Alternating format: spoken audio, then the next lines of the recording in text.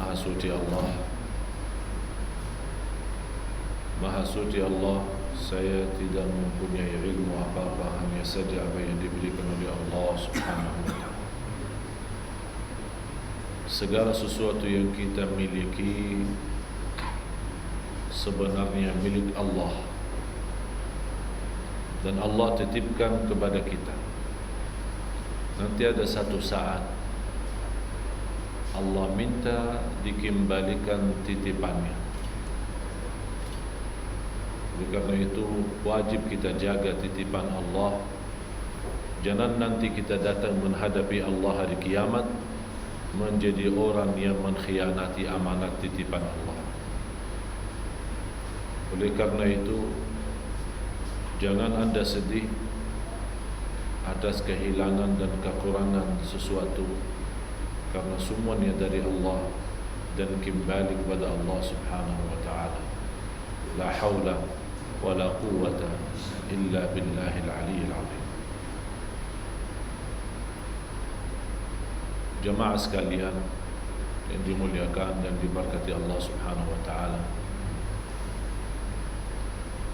demi hari ke hari tambah kita sadar dan tambah kita rasa mengurangi umur kita. Biasanya kalau orang membawa acara keselamatan ulang tahun, wajib ingat satu hal, baguslah panjang umur,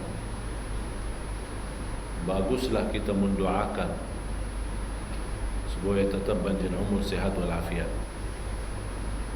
Tapi yang perlu kita sadari ada satu, panjang umur berarti mendekati kematian.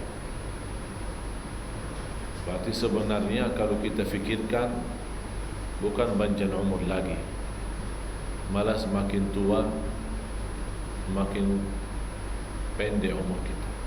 Artinya jarak kita ke mati sudah mendekat. Jarak kita masuk rumah baru kita, kuburan, semakin dekat. Itu yang wajib kita sadari. Oleh karena itu saat kita ingat ulang tahun kita, hari jadi kita, jangan lupa berdoa panjang umur, sehat walafiat, dan dalam taat kepada Allah. Itu yang paling penting, dalam taat kepada Allah Subhanahu wa ta'ala, supaya umur kita itu seberapapun panjangnya terjamin kita istiqamah taat. Karena Rasulullah sallallahu alaihi wasallam bersabda, sebaik-baik hamba Allah yang panjang umur, baik amalan, dan seburuk-buruk hamba Allah yang panjang umur tapi buruk amalan.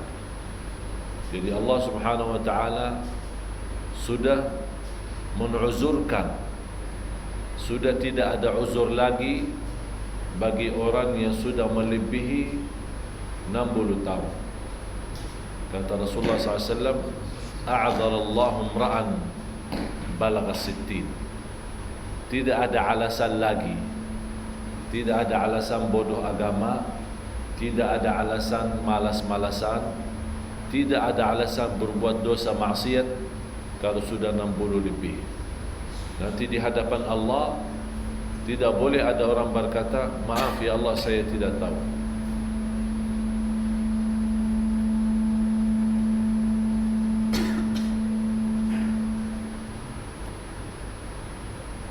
Tidak ada yang berkata, ya Allah maaf, sampai 60 tahun saya tidak tahu Rasul. Ya Allah maaf, sudah 60 tahun saya tidak tahu salat yang benar. Ya Allah maaf, saya sudah 60 tahun tapi tidak pandai baca Quran. Ya Allah maaf, saya sudah 60 tahun tapi tidak pandai salat sesuai Rasulullah SAW. Itu tidak diterima alasan nanti di hadapan Allah. Karena 60 tahun cukup lama untuk kita boleh menjadi pandai terhadap segala sesuatu, apalagi urusan agama. Cuman soal agama itu kita selalu menunda Kalau urusan agama, urusan belajar, urusan ilmu, kita selalu nunda. Tapi urusan dunia selalu disegerakan. Akhirnya tanpa kita sadar, sibuk urusan dunia, lupa sibuk urusan akhirat. Jamaah sekalian, Rasulullah sallallahu alaihi wasallam yang berjuang selama 23 tahun tidak pernah merasa lelah, tidak pernah merasa capek, dan tidak pernah merasa bosan. Malah Rasulullah sallallahu alaihi wasallam terus menerus dari tempat ke tempat, dari kota ke kota, dari negeri ke negeri untuk menyampaikan dakwah Islam. Sampai Rasulullah sallallahu alaihi wasallam sampai titik nafas yang terakhir masih berdakwah.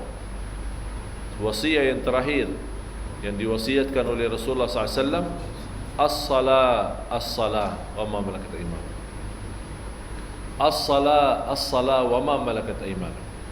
As-salah, as-salah wa ma malakat aymanukum. Bukan hanya menyampaikan dakwah, masih juga boleh beramal. Begitu dilihat saudaranya, adiknya Siti Aisyah radhiyallahu anha masuk ke rumah Rasulullah SAW waktu Rasulullah menghadapi sakratul maut.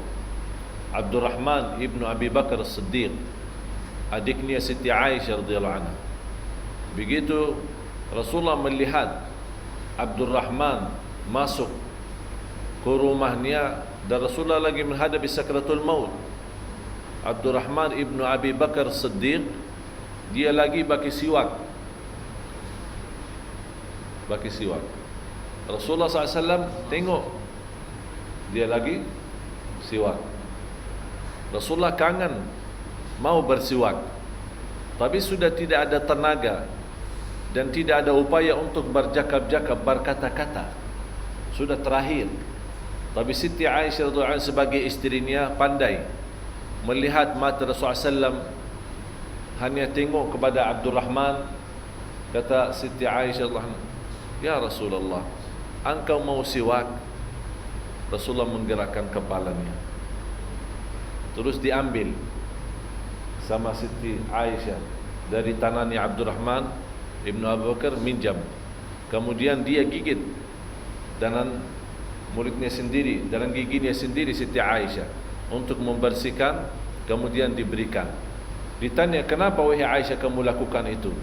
Dia berkata, "Saya harap amalan yang terakhir sebelum Rasulullah SAW pisah boleh tercampur bagian ludak saya sama Rasulullah sallallahu alaihi wasallam." Itulah luar biasa cintaan Siti Aisyah kepada Rasulullah SAW. Dan Rasulullah SAW mengambil siwak dan sesuai kemampuannya sedikit-sedikit perlahan-lahan untuk gosok giginya sallallahu alaihi wasallam. Habis itu mulai ada suara sikit yang tidak jelas, hanya berkata-kata yang terpaksa oleh Siti Aisyah radhiyallahu anha mendekati kepalanya supaya boleh mendengar apa kata-kata Rasulullah SAW. Sampai dia berisyarat ke atas, "Balir rafiqal a'la, balir rafiqal a'la, balir rafiqal a'la." Disitulah Siti Aisyah melihat itulah saatnya pisah Rasulullah SAW, karena di situ ditawarkan, apakah mau teruskan hidupmu menjadi kakal di dunia dan di akhirat dapat surga, atau milih jumpa Allah. Tapi kata Rasulullah SAW, "Balir rafiqal a'la," saya minta menjumpai Allah Subhanahu wa taala, saya minta menjumpai Allah Subhanahu wa taala, saya minta menjumpai Allah Subhanahu wa taala. Begitulah Rasulullah SAW. Inilah salah satu perjuangan Nabi kita sampai titik nafas terakhir masih boleh mengamalkan amal salih, walaupun amal salih itu sunnah bukan wajib, semacam siwak Rasulullah laksanakan. Walaupun lagi sakratul maut, walaupun lagi dalam keadaan Allah Maha tahu bagaimana sulitnya dan kesusahan yang dihadapi saat itu sallallahu alaihi wasallam, tapi tetap berusaha mengamalkan sebuah sunnah.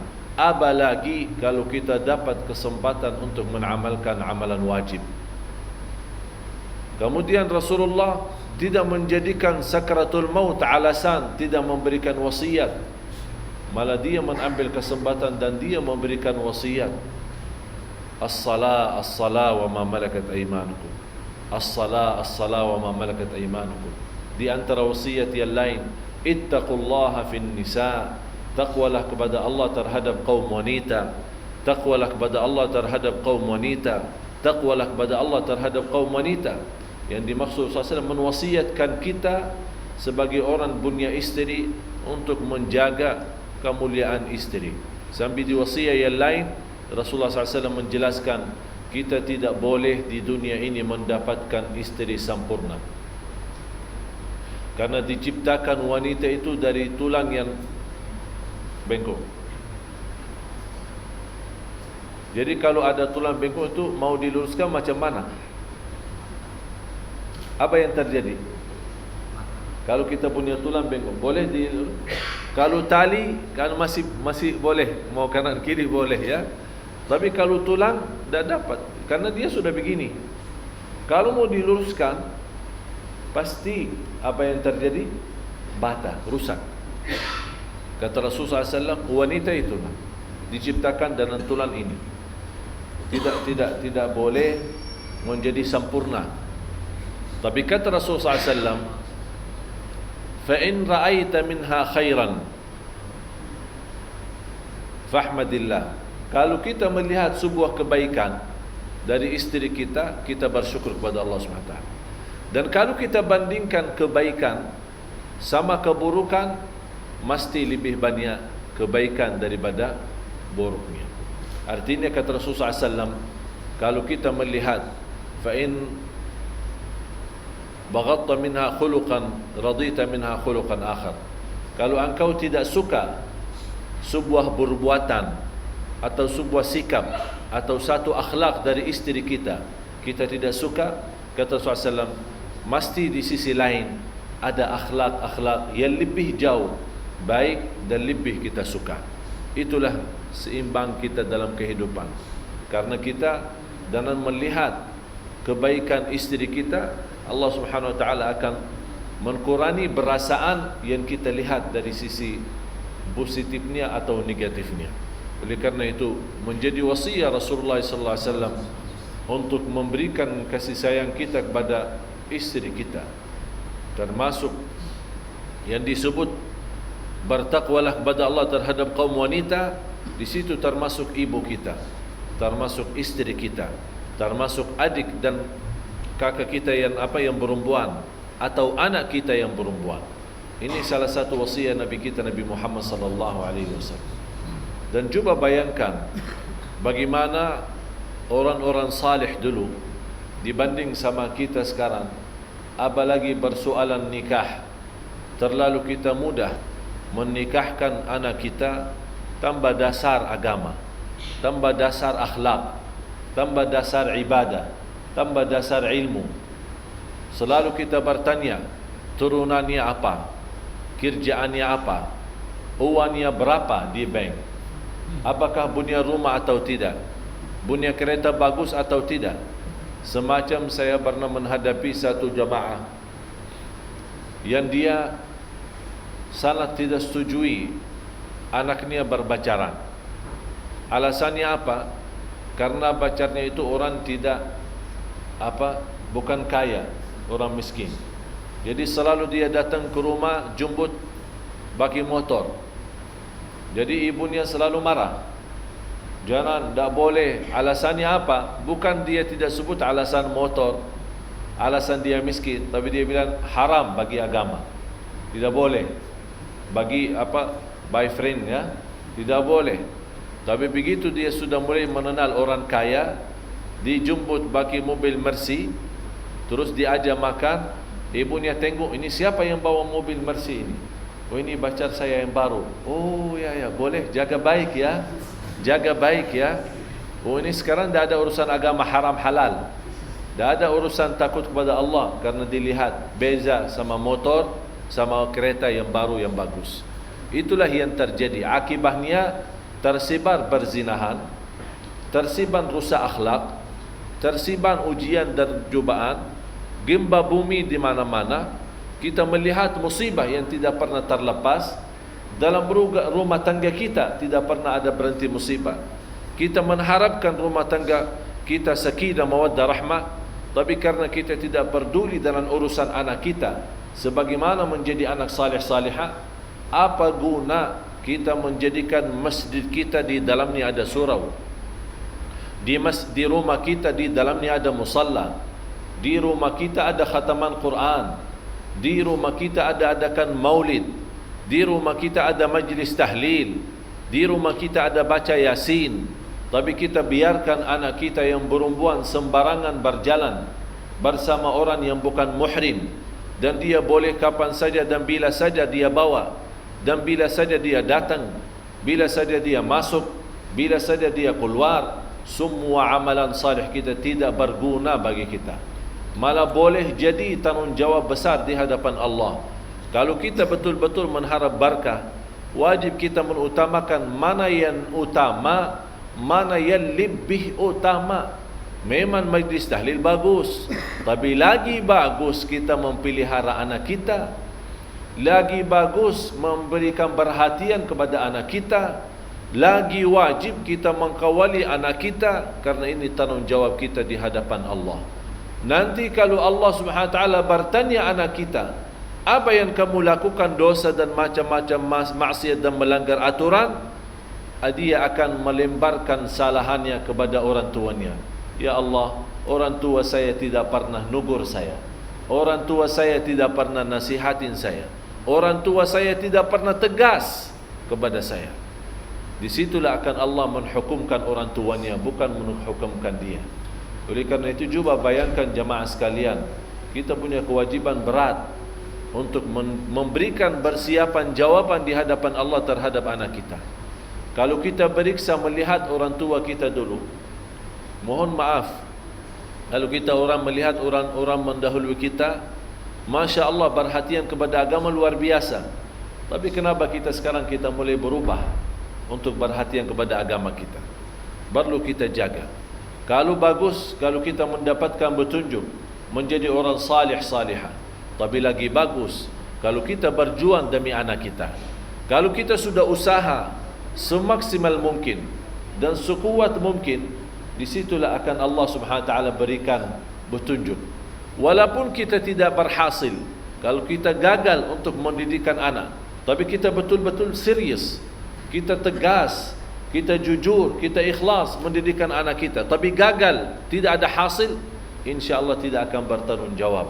Tapi jangan kita orang berduli kepada agama, berduli ke masjid, majlis ta'lim, majlis maulid, tapi anak kita tidak tahu ke mana dia pergi atau sama siapa dia pergi. Dan juga salah satu yang membuat bersoalan di tanah masyarakat adalah kita tidak menjaga soal agama saat ada orang melamar anak kita. Padahal Rasulullah sallallahu alaihi wasallam menjelaskan, "Idza atakum man tardawna dinahu wa khuluquhu fazawwijuh." Ada dua hal yang perlu dan wajib kita perhatikan. Kalau ada seorang datang melamar anak kita, dia memiliki dua hal, agama bagus, akhlak mulia, serahkan, jangan takut. Sebagaimana ada seorang datang kepada seorang ulama, kalau saya punya anak perempuan ada yang mau lamar dia, macam mana berespon saya? Atau saya kasih ke siapa? Kata ulama, kalau anda mau nikahkan anakmu, nikahkan anakmu sama orang yang bertakwa. Kalau dia senang sama dia, akan betul-betul menjaga. Kalau dia tidak senang sama dia, karena dia orang takwa, tidak mungkin dia berbuat kezaliman sama istrinya. Artinya masuk ma'ruf, keluar dengan ma'ruf. Begitulah prinsip agama kita.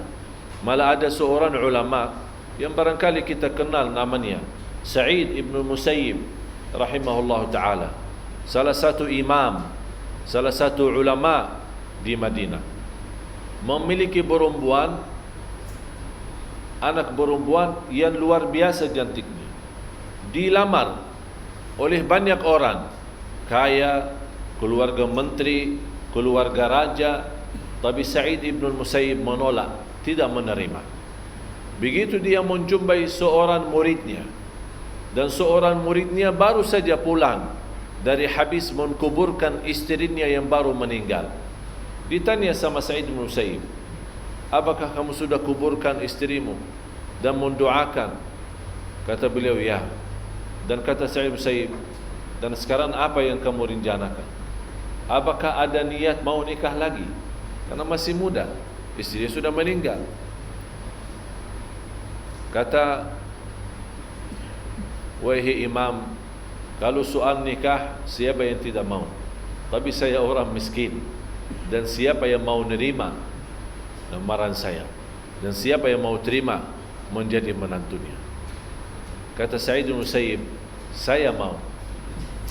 Kaget, wahai imam, anakmu yang dilamar oleh keluarga raja, yang dilamar oleh keluarga menteri, tapi engkau menolak saya menikahi seorang anak yang bapaknya ulama terbesar, dikenal sedunia. Macam mana saya boleh? Kata Imam Sa'id bin Musayyib, kalau mau nikahkan, saya tidak peduli siapa turunannya dan berapa hartanya, tapi saya peduli agamanya. Saya nikahkan anak saya dengan mahar 2 dirham. 2 dirham. 2 dirham kalau dibandingkan uang sekarang kurang lebih 30 ringgit Brunei. 30.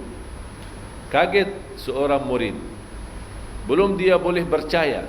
Apakah ini betul? Apakah ini orang normal? Bukan orang gila. Kalau dianggap di masa ini dianggap gila macam itu. Akhirnya biar dia lebih tenang, dibawa muridnya masuk masjid, dan di situ ada jamaah masjid, dan dia menyampaikan kepada jamaah, wahai jamaah, saksikanlah saya sudah menikahkan anakku yang perempuan kepada ini murid saya dengan mahar 2 dirham. Jamaah masjid jadi saksi.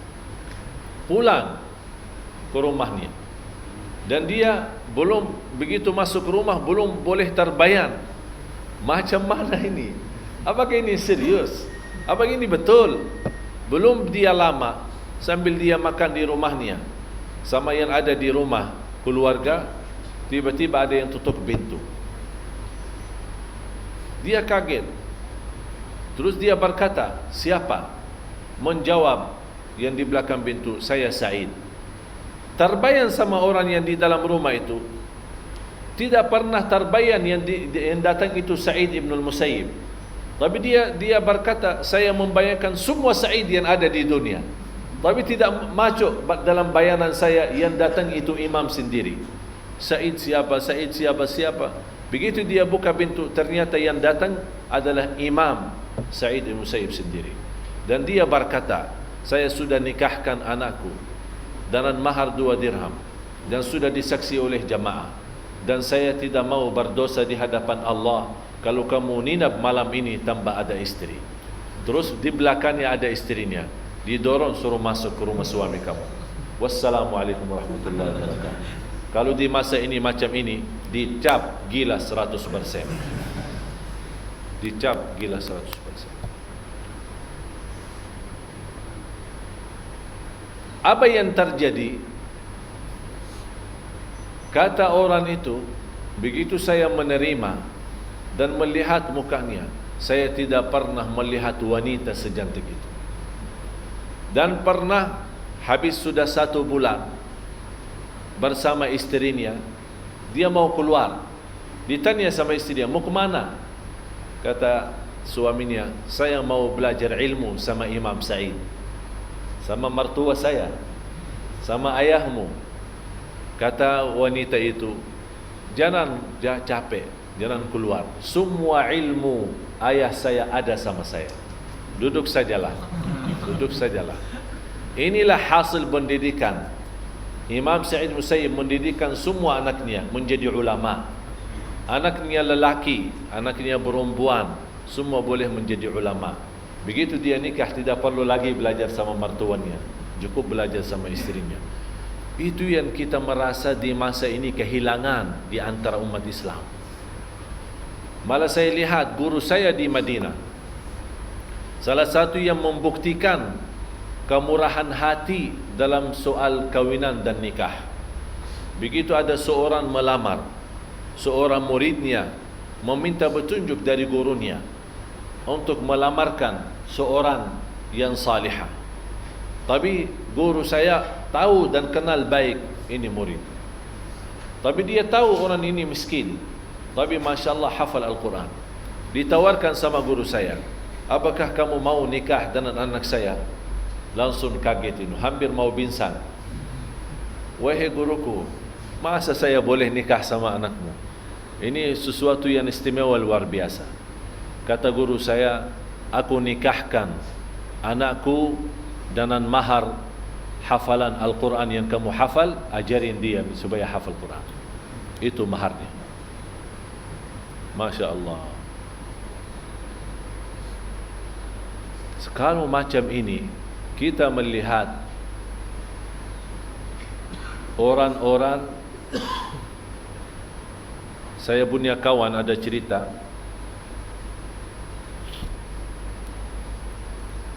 dia pernah nikah. Masih ada budaya-budaya di negeri Arab, masih ada kabilah-kabilah, masih ada keluarga-keluarga yang punya budaya terlalu ruwet dan repot dalam soal nikahan.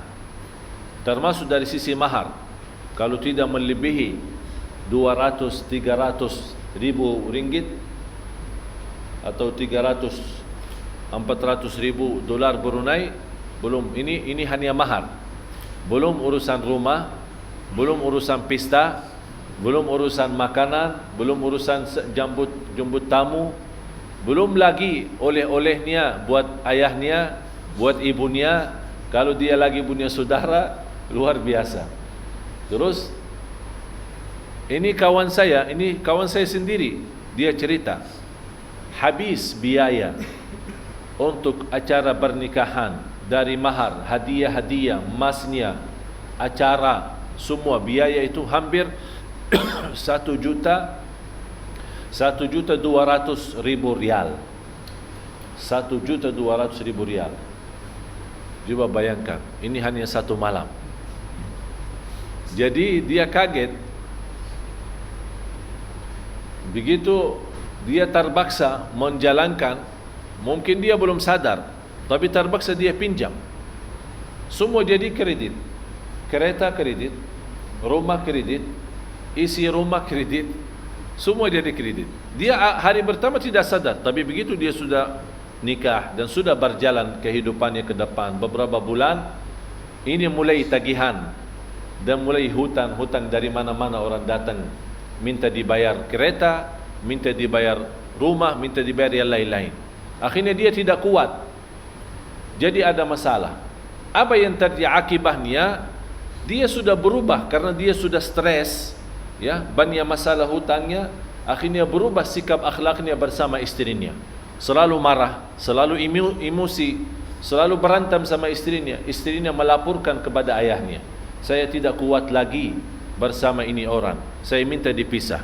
Datang ayahnya jumpa, ini macam mana kamu sama anak saya? Kenapa kamu mukul dia? Kenapa kamu begini? Saya mau ambil anak saya. Kata teman saya, siapa anakmu? Yang saya nikahkan. Benar, tidak ada saya nikahkan. Saya beli anakmu 1.200.000. Kalau memang kamu mau ambil dia, kembali bayarannya yang saya bayar. Kembalikan semua 1.200.000. Ini barang, ini bukan manusia, dianggap jual beli. Akhirnya ayahnya terpaksa kembalikan 1.200.000, baru dia mau kembalikan anaknya. Inilah akibatnya kita terlalu tidak mensadarkan hal-hal macam ini. Di awalnya mungkin kita merasa senang, enak, tidak masalah, tapi lama-lama mengakibatkan banyak musibah dan banyak persoalan di dalam rumah tangga. Mungkin boleh kita tahu, mungkin boleh tidak tahu. Ayah saya sendiri, ada seorang di kota Madinah, termasuk seorang kaya datang melamar. Karena anak saya, anak orang tua saya, saudara saya, adik-adik saya yang perempuan itu semuanya Masya Allah hafal Quran. Jadi ada seorang datang mau lamar, tapi orang itu kaya.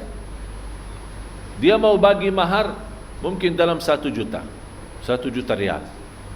Dia mau bagi rumah bagus. Berapa jumlah dia punya saudara? Saya mau bagi masing-masing 1 kereta. Sami semua. Ayah saya diam saja. Saya lagi duduk juga di samping.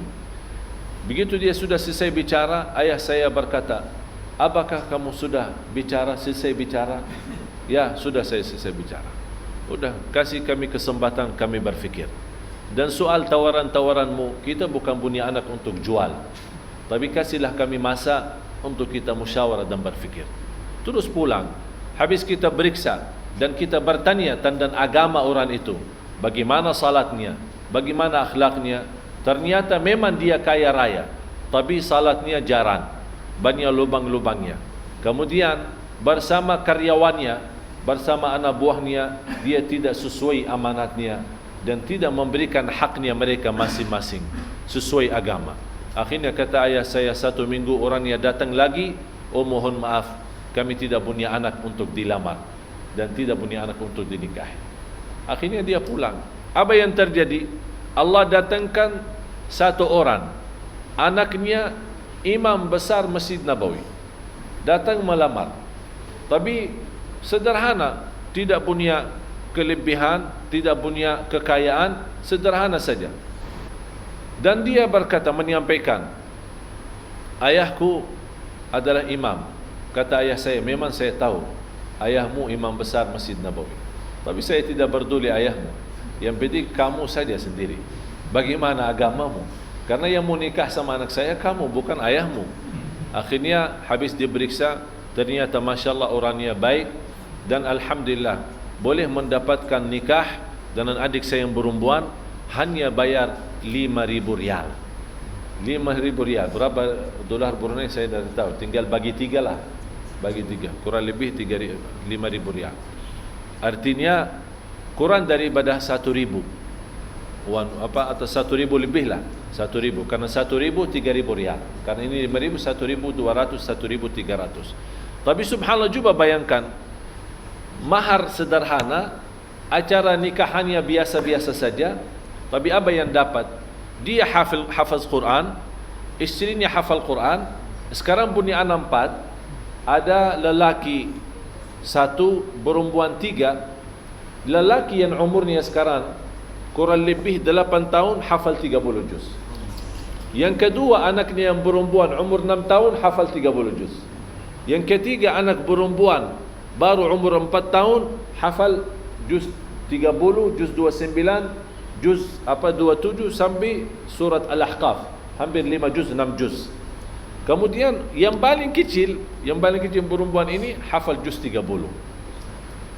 Malah pernah saya duduk sama adik saya yang perempuan, walaupun hidup mereka sederhana, alhamdulillah hidup dengan cukupnya, tapi mereka alhamdulillah merasa kebahagiaannya luar biasa.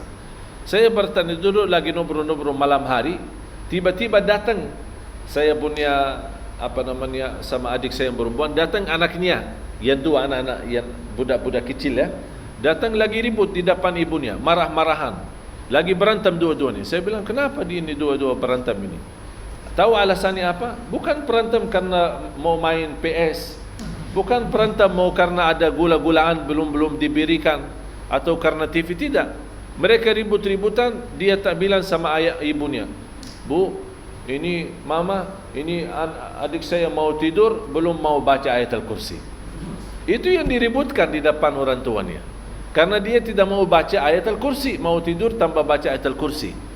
Inilah yang kita harapkan, keluarga macam ini, supaya besok kita meninggal dunia, insya Allah meninggal dalam keadaan nafsun mutmainnah.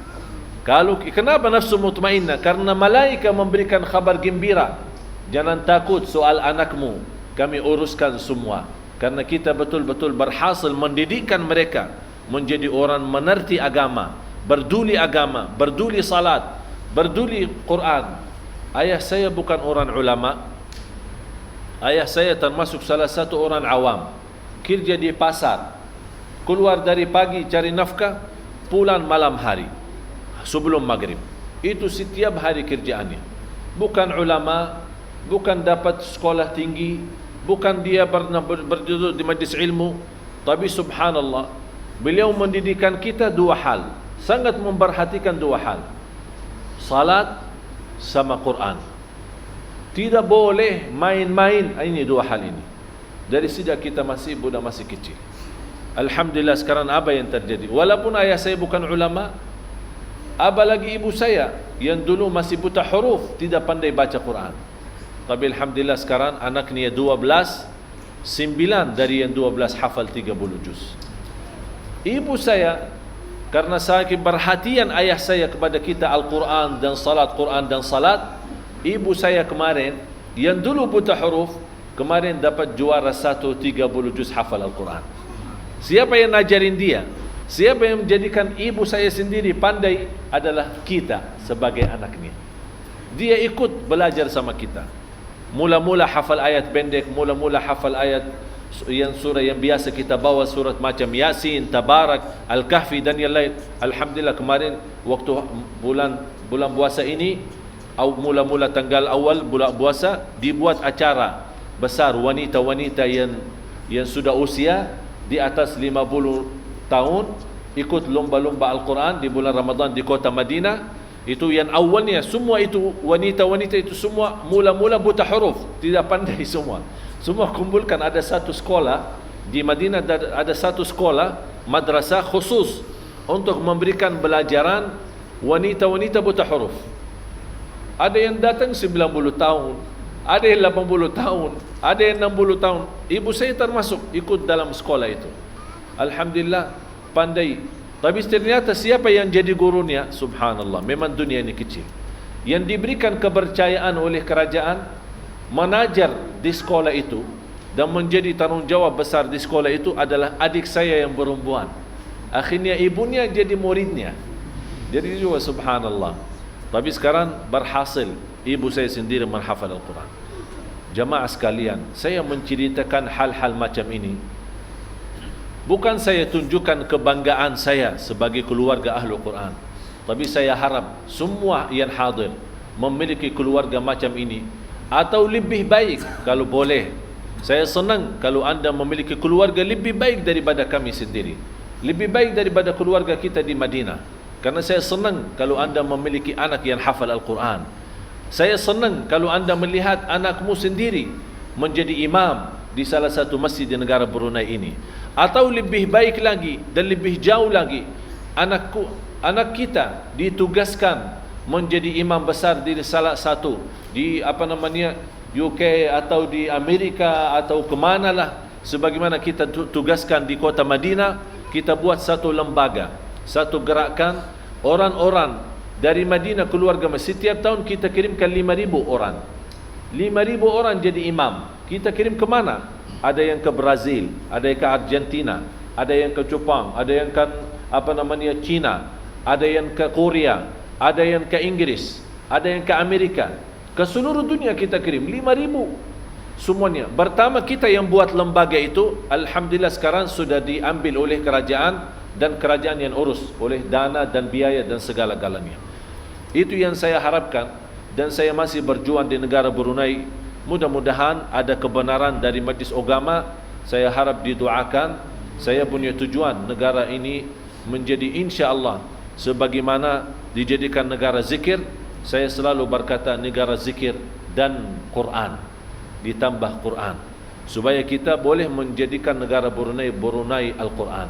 Salah satu program kami di Brunei insya-Allah yang sudah mula di Indonesia, dan insya-Allah juga akan mula selepas haji di Malaysia, tinggal nunggu kebenaran dari Majlis Agama di Brunei, adalah Brunei Manhafal Al-Quran. Program itu Brunei Manhafal Al-Quran. Saya menghiburkan semua masyarakat, semua keluarga, membantu kita, supir kita, pegawai kita, karyawan kita, kita di rumah semua ikut dalam program ini. Dan kita memula dengan ayat-ayat yang sederhana dulu. Nanti kalau sudah lulus dan sudah bagus, nanti tahun depan boleh tambah lagi. Alhamdulillah di Indonesia sudah 3 kali. Sudah 3 tahun kita lakukan. Setiap tahun 1 kali. Tahun pertama kita mula surah Yasin, Ar-Rahman, Al-Waqi'ah, Tabarak. Ini tahun pertama. Tahun kedua kita mula juz 30. Tahun yang ketiga yang kemarin kita mula juz 30 dan juz 29. Yang terakhir ini, yang terakhir orang daftar ikut lomba itu, orang daftar, jumlah yang daftar 85.000 orang. Jumlah daftar 85.000 orang. Yang paling tua seorang ibu umurnya 98 tahun ikut daftar. Yang paling kecil ikut daftar 2 tahun setengah. 2 tahun setengah masih suka main makan permen ya, tapi hafal juz 30. Cuba lihat dahsyatnya. Saya yakin di sini ada juga semangatnya, ada kelebihan. Anak kita barangkali yang kecil, tapi karena belum sempat, macam ini budak kecil yang masih suka main-main. Ini kan lihat, kan masih main kamera. Karena dia, saya yakin masih ada tenaga yang tersembunyi di dalam hati, yang tersembunyi dalam jiwa. Tapi karena belum kita kasih kesempatan, belum kita bina, belum kita pimpin, akibatnya kita melihat tidak pandai mereka menghafal Al-Quran. Itulah program. Tahu kemarin juara 1, salah satu yang dapat juara 1 dapat kereta baru 2012. Juara 1. Juara 3, juara 2 ada 12 visa haji. Free, gratis. Juara 3 300 visa umrah. Juara 4 ada lebih dari 500 motor. Ada Yamaha, ada Honda, ada Suzuki. Ini semuanya kita bagi kepada, ini semuanya sponsor dari perusahaan, dari orang-orang punya kerja, punya bisnis, punya usaha, termasuk juga dari pemerintah dan dari infak jamaah. Itu yang saya harapkan. Mudah-mudahan dengan doa jamaah sekalian, saya mohon dalam kesempatan Ramadan ini tolong didoakan supaya kami berjuang terus insya-Allah untuk negara Brunei. Bukan saya mencari nama, bukan saya mencari kemaslahatan dunia. Saya harap kalau program ini boleh jalan, saya yakin Brunei ke depan insya-Allah menjadi baldatun thayyibatun wa rabbun ghafur. Ma'mur, aman, berkat. Allah turunkan berkat langit dan juga Allah keluarkan berkat bumi untuk masyarakat Brunei, supaya masyarakat Brunei insya-Allah menjadi kaya iman, kaya harta, dan semua tidak memerlukan apa-apa kalau sudah kita mengisi kalbu mereka dengan Quran dan mengisi kehidupan dengan Quran. Cuba nikmatnya kalau kita kemana saja pergi di negara Brunei, masuk masjid kita dengar Quran, masuk kedai kita dengar Quran, masuk mall kita dengar Quran, masuk hotel kita dengar Quran, masuk perusahaan di mana saja selalu kita mendengar Quran. Saya yakin perasaannya, nikmatnya luar biasa. Bukan macam kita sekarang. Kita lihat masuk mall musik, masuk kedai orang lagi puasa, yang disimpan di dalam kedai itu lagu-lagu barat dan lagu-lagu Inggris. Ini padahal orang lagi puasa, disebut nama Allah, berzikir, bertasbih. Itu salah. Kita tambah rasa, tambah sadar, amalan kita tidak ada berkah. Saya selalu menerima banyak soalan-soalan dari jamaah Brunei. Kenapa susah khusyuk dalam salat? Kenapa tidak nikmat ibadah kita? Kenapa kita tidak nyaman dalam kehidupan kita? Padahal semua ada. Rumah bagus ada, kereta bagus ada, tapi kenapa ada tidak merasa nyaman? Ada apa kekurangan kita? Inilah kekurangannya karena sekitar kita tidak sesuai dalam perjuangan Rasulullah sallallahu alaihi wasallam. Jadi saya mohon jamaah sekalian, kalau anda lagi berdoa antara azan iqamah doa makbul, saat buka puasa doa makbul, di malam hari doa makbul, lepas salat fardu doa makbul, lepas wudu doa makbul. Saya mohon dengan segala hormat, doakan saya supaya insya-Allah terus istiqamah ke Brunei ini, supaya kita terus sama-sama berjuang supaya insya-Allah Brunei ini menjadi salah satu negara yang diridai Allah Subhanahu wa taala. Dan kita sangat mensupport, alhamdulillah, ke bawah Duli Sultan sangat memperdulikan bagaimana gerakan Quran, bagaimana gerakan zikir, menjadi negara zikir. Dan kita perlu sama-sama, karena saya yakin kalau keinginan Sultan Brunei Darussalam menjadikan negara zikir, kalau hanya keinginan saja dari beliau tidak akan mencukupi kalau kita tidak sama-sama, kita tidak menspot, tidak bersatu, kita rapat supaya terwujud cita-cita kita semua. Bukan hanya cita ke bawah duli sultan, tapi kita semua punya cita-cita yang sama. Negara ini negara zikir dan negara ini negara Al-Quran. Itulah yang saya yakin, insya-Allah Brunei menjadi salah satu negara yang boleh menjadikan Rasulullah senyum lagi. Saya yakin negara Brunei Darussalam boleh menjadikan Rasulullah bangga lagi terhadap umatnya, karena cukup lama Rasulullah SAW sedih karena melihat keadaan umatnya sudah cukup kacau. Cukup Rasulullah SAW sedih dan nangis sallallahu alaihi wasallam. Mudah-mudahan kita boleh bersama-sama, Allah kuatkan lahir batin supaya kita inginkan dan kita wujudkan cita kita bersama dan cita Nabi kita Nabi Muhammad sallallahu alaihi wasallam, agar kita buktikan kita benar-benar cinta Rasulullah, bukan hanya sebatas kata-kata cinta Rasul, tapi kita buktikan dengan amalan kita cinta Rasulullah sallallahu alaihi wasallam. Marilah kita sama-sama berdoa. Bismillahirrahmanirrahim. Alhamdulillahirabbil alamin. Allahumma salli ala sayyidina Muhammad wa ala ali sayyidina Muhammad. Allahumma inna nas'aluka al-huda wat-tuqa wal-'afafa wal-ghina. Hidupkanlah kami dalam keadaan iman, wafatkanlah kami dalam keadaan Islam, dan jadikanlah kami bersama orang salih hari kiamat. Ya Allah, untuk semua jamaah yang hadir di saat ini serta keluarganya, jadikan kami semua ahlul Quran ya Allah. Jadikan semua ahlul Quran ya Allah. Anak dan cucu kami menjadi ahlul Quran ya Allah. Pilihara anak dan cucu kami menjadi istiqamah Islam iman ya Rabbal Alamin. Ya Allah, berilah kepada negara Brunei Darussalam menjadi negara baldatun tayyibatun wa rabbun ghafur. Dijauhkan oleh Allah dari segala bala dan musibah ya Dzal Jalal wal Ikram.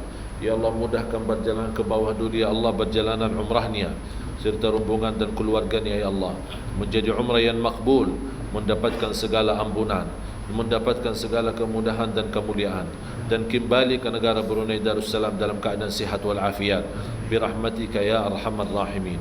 Rabbana taqabbal minna innaka antas samiul alim wa tub alaina innaka antat tawwabur rahim. Rabbana atina fid dunya hasanah wa fil akhirati hasanah wa qina adzaban nar. Wa sallallahu ala sayyidina wa nabiyina Muhammad wa ala alihi wa sahbihi wasallam. Walhamdulillahi rabbil alamin. Taqabbalallahu minkum.